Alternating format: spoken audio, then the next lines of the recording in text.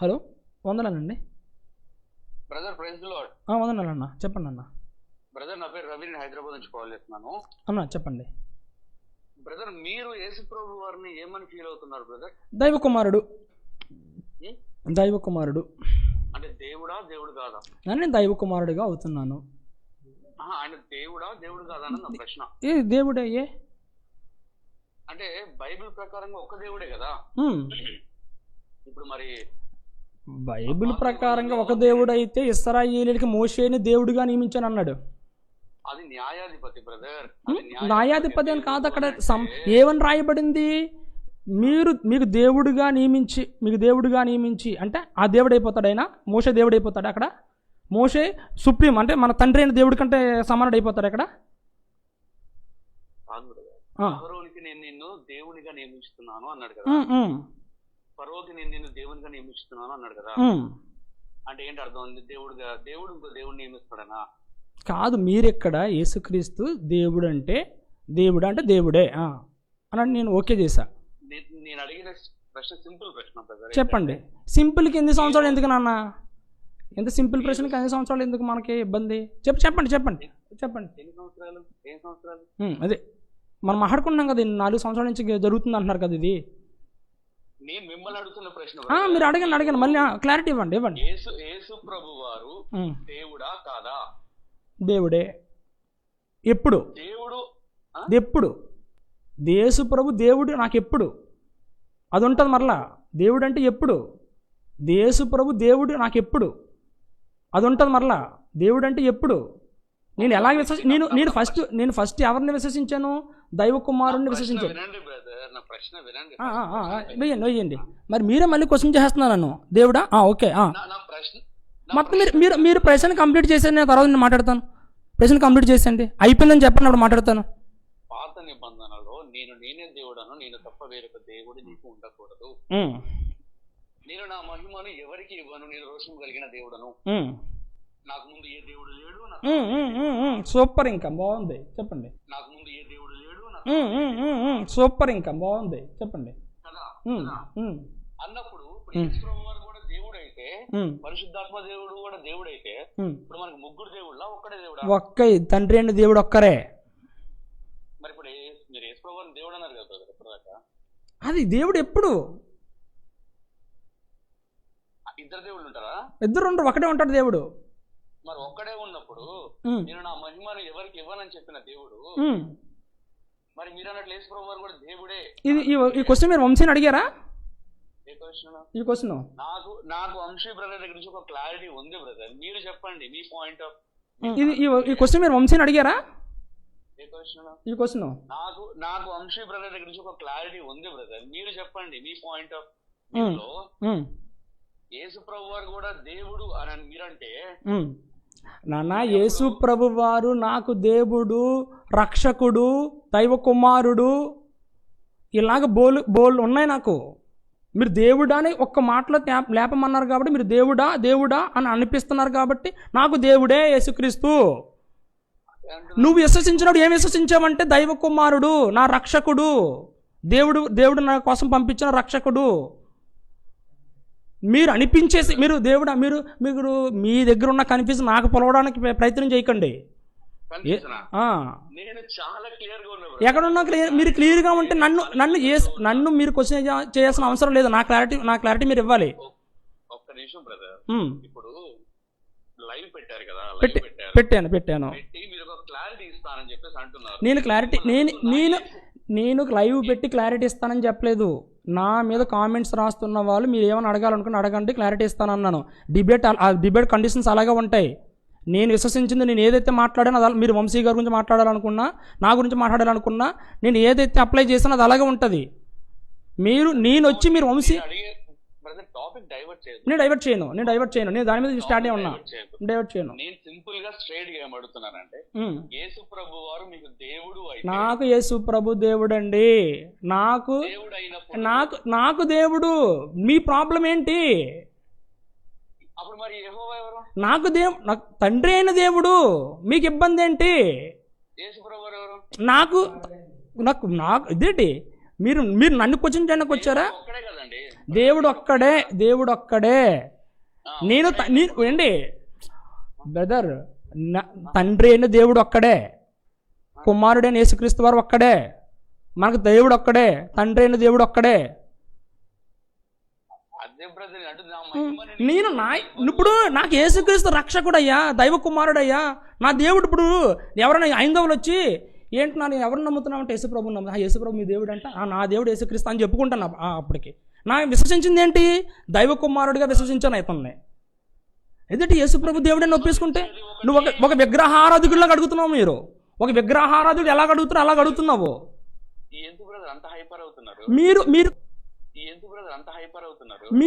మీకు చేతగాక వివరణ ఇవ్వలేక మీరు నన్ను క్వశ్చన్ చేయడానికి వచ్చారు లైవ్లోకి.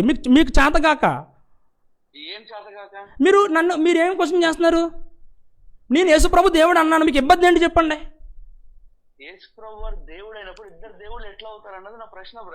నా కంఫర్ట్ అది, నీకెందుకు? నీకు ఇబ్బంది ఏంటి? తండ్రి అని దేవుడు యేసుప్రభుకి నేను యేసుప్రభు రక్షకుడు విశ్వసించాను. వద్దు నాన్న, మీరు కంగారు పడకండి. చెప్పండి. సబ్జెక్ట్ మీ దగ్గర సబ్జెక్ట్ లేదు, డిబేట్కి వచ్చి మాట్లాడితే తెలుసుకుందాం. అవును, తెలుస్తుంది. డిబేట్కి వచ్చి మాట్లాడితే తెలుసుకుందాం. అవును, తెలుస్తుంది. ఏంటి? అవును చెప్పిన యెహోవా మరి మీరు యేసుప్రభు వారు కూడా దేవుడు అని అంటే తన మహిమను యేసుప్రభు వారికి ఎలా ఇస్తాడు? ఎందుకు ఇవ్వడు? ఎలా ఇస్తాడు? ఇప్పుడు మీకు తండ్రి ఉన్నాడా? మీకు ఉన్నారు కదా. మనకి సర్వాధికారాలు ఎవడా? ఆయన తండ్రి ఎవడా? మన తండ్రి మనకు సర్వాధికారాలు ఎవరా? అధికారం గురించి నేను మాట్లాడలేదు. ఎవరా? మరి అధికారాలు ఉంటేనే కదా. అధికారం గురించి మాట్లాడలేదు. అధికారం గురించి మాట్లాడుతున్నా. మరి అధికారం అంటే ఏంటి? అంటే ఇప్పుడు నా మహిమ నేను ఎవరికి ఇవ్వనని అక్కడ చెప్పాడు కదా దేవుడు. ఇక యేసుప్రభుకి తన మహిమ ఎవడా? ఆయన యేసుక్రీస్తుకి దేవుడు మహిమని ఎవడా? ఇప్పుడు యేసుప్రభుకి దేవుడు మహిమని ఇచ్చాడా లేదా యేసుప్రభు స్వతంత్రంగా మహిమని సంపాదించుకున్నాడా? చెప్పండి. యేసుప్రభు దేవుడు ఉన్న మహిమ ఎక్కడి నుంచి ఎక్కడికి వెళ్ళిపోయి బ్రదర్ ఇవన్నీ కాదు కానీ ఒక చిన్న వచనం అడుగుతాను. చెప్పండి. ఆ వచనము ఎక్కడ నెరవేర్చబడిందో మీరు కొంచెం చెప్తే చాలు బ్రదర్. నాకు చెప్పండి. యెషయా గ్రంథము 40వ అధ్యాయము 3వ వచనం బ్రదర్, నేను చదువుతున్నాను చూడండి. యెషయా గ్రంథము 40వ అధ్యాయం 3వ వచనం. ఆలకించుడి, అడవిలో ఒకడు ప్రకటించుచున్నాడు, ఎట్లనగా అరణ్యములో యెహోవాకు మార్గము సిద్ధపరచుడి. అరణ్యంలో యెహోవాకు మార్గము సిద్ధపరచుడి, ఎడారిలో మా దేవుని రాజు మార్గము సరళము చేయడి. ఇది ఎక్కడ నెరవేర్చబడింది? ఇక్కడ యెహోవా అని చెప్పబడుతున్న వ్యక్తి ఎవరు? మరి రేపు చెప్పానా? యెషయా గ్రంథము 40వ అధ్యాయం 3వ వచనం. యెషయా గ్రంథం 40వ అధ్యాయం 3వ వచనం. యెషయా గ్రంథము 43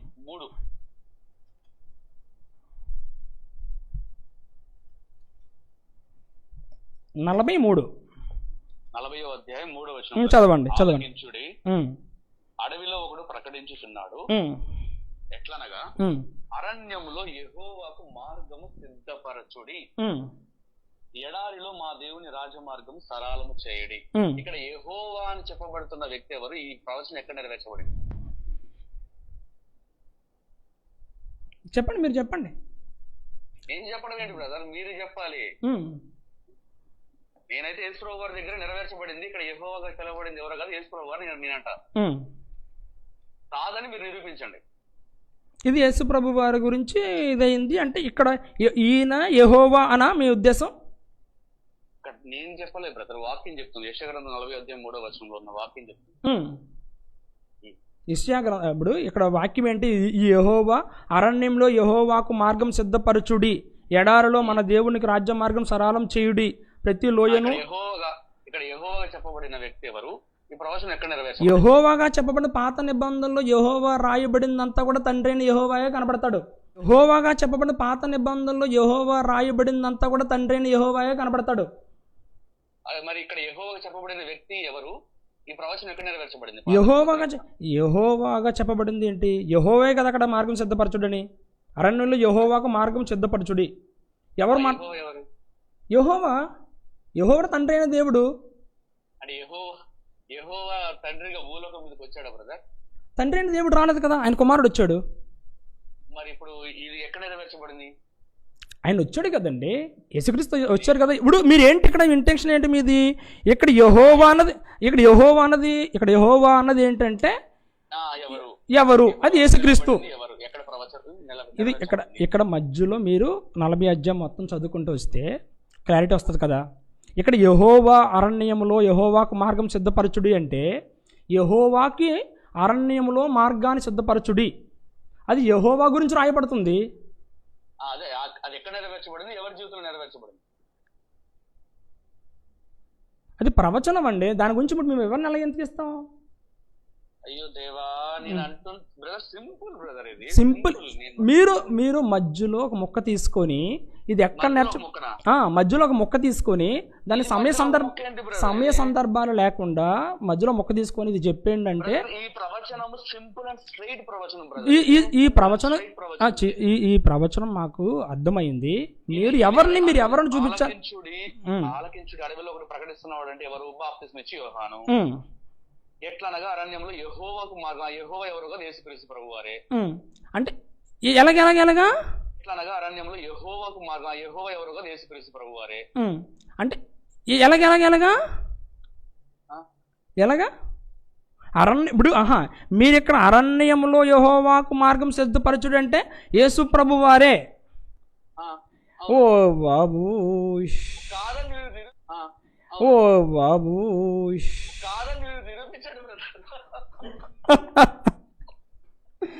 ఎక్కడ ఉన్నారు మీరు? బాగా ఉన్నారు. కాదు అరణ్యంలో యెహోవాకు మార్గం సిద్ధపరచడని యేసు ప్రభుతో ఎవరన్నా చెప్పారా? ఇక్కడ ఎవరున్నారు? ఎవరు మాట్లాడుతున్నారు? అది ఎవరు చెప్తున్నారు? ఎవరితో మాట్లాడుతున్నారు? ఇప్పుడు యెహోవాకు మార్గాన్ని సిద్ధపరచుడి అని ఎవరికి చెప్తున్నారు? యేసుక్రీస్తు వారికి చెప్తారు. ఎవరికి చెప్తారు? యేసుక్రీస్తు వారికి చెప్తారు. ఎవరికి చెప్తారు? యోహాను ఎవరి గురించి మాట్లాడాడు? యేసుక్రీస్తు గురించి మాట్లాడతారు. అంటే ఇక్కడ యెహోవాకు చెప్తున్నాడు ఆయన.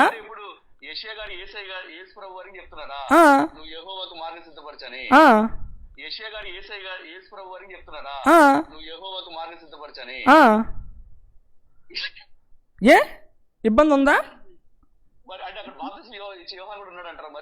మరి మీరే కదా బాప్తిస్మ యోహాను ఉన్నాడండి. మీరు బాప్తిస్మ యోహాను ఉన్నాడని మీరే చెప్పారు. మీరు బాప్తిస్మ యోహాను అక్కడ ఉంటే యేసుక్రీస్తు ఏమై ఉంటాడు? అక్కడ యెహోవాగా ఉంటాడా? మీరు బాప్తిస్మ యోహాను ఉన్నాడు అక్కడ మీరు ప్రవచనం దగ్గర. మీరు ముందు చెప్పాను కదా యోహాన్ కదా, అరణ్యంలో ప్రకటించేది ఎవరో యోహాన్ అని చెప్పారు. మీరు అన్నారు బాప్తిస్మ. మరి లేరా?